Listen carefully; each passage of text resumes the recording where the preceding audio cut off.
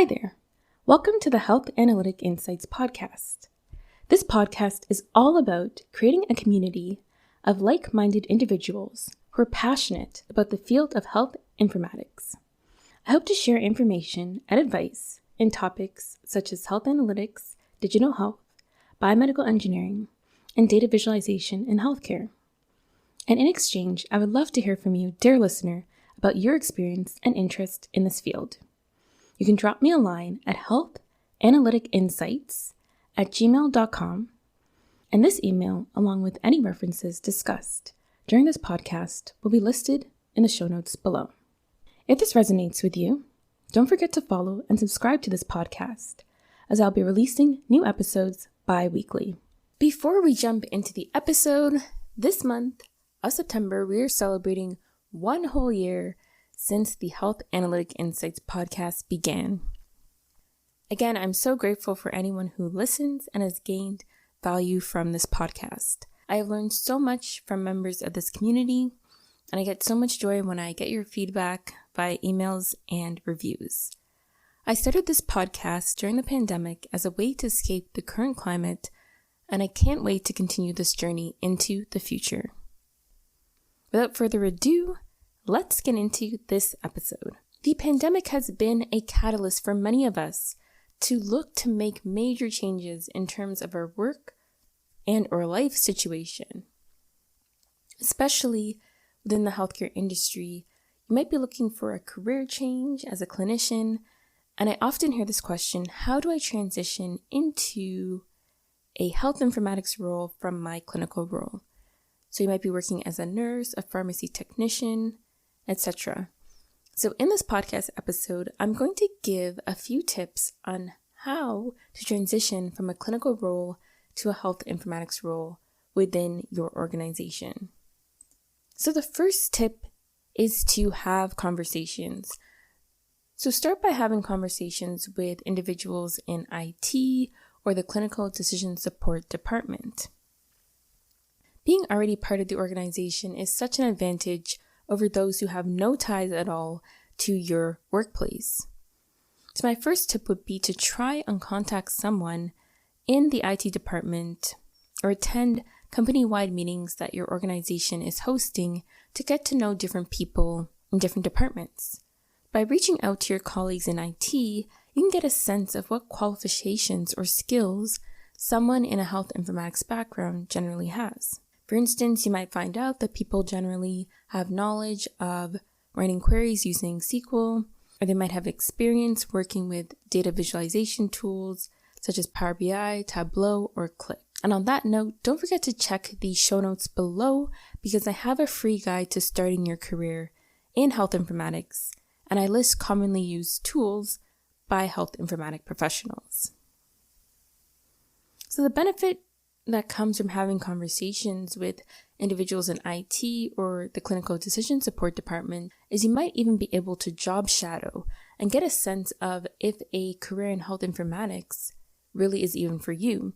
Because sometimes we read a job description and it seems interesting, but we don't really have an idea until we start the job. So by making these connections and potentially job shadowing, you can see if you're truly passionate about this area of healthcare. So my second tip is to start self-learning, and this really builds on tip number 1.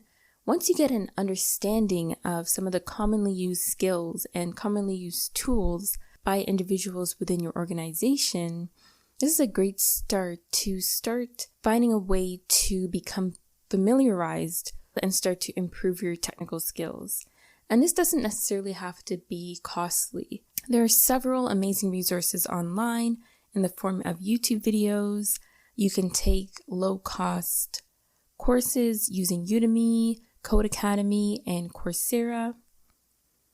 And once you start to gain your technical knowledge, you can apply this technical knowledge by building your own clinical business intelligence projects.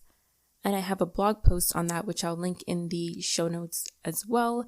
And basically in this blog post, I go over how you can use your technical skills to create a model that can predict readmission rates.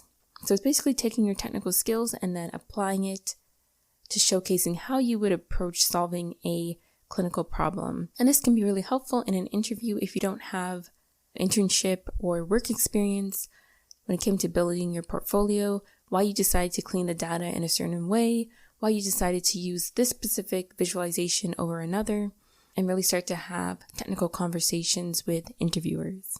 Tip number 3 is to take initiative. In episode 17 of the Health Analytic Insights podcast, titled How to Break into the Field of Nursing Informatics, I had the honor to interview Jennifer Lewis, who works in nursing informatics and also has an amazing YouTube channel with a wealth of information on nursing and how to break into the nursing informatics field. She said that when she started in nursing, she noticed that there was a gap in the communication of what tasks were completed between the day and the night shift nurses. On her own initiative, she collaborated with her nursing team and built checkoff forms, which was a huge time saver on the nursing floor. And consequently, this is something that she brought up when she was interviewing for a nursing informatics position. The value that she added to her organization through designing a product of her own accord, which helped to reduce communication gaps on the floor. So designing and finding ways to make your clinical job easier through the use of technology is a great way to start practicing working in a health informatics role. So look at the daily tasks you do today, record them, and find ways to automate or reduce the barriers to friction it takes to execute these tasks. And make sure you make it known to your managers that you have executed and found ways to make your job easier through the use of technology. So before I get into the last tip, I would love to hear from you. Why do you want to transition into a health informatics role? Or have you already transitioned? And how did you do it? You can drop me a line at HealthAnalyticInsights@gmail.com. So my final tip to transitioning into a health informatics role from a clinical role is to attempt to become a super user within your organization. Being a super user can look like you being trained on your EHR system through specialized workshops that might be run by the vendors who installed the software, and access to extensive documentation.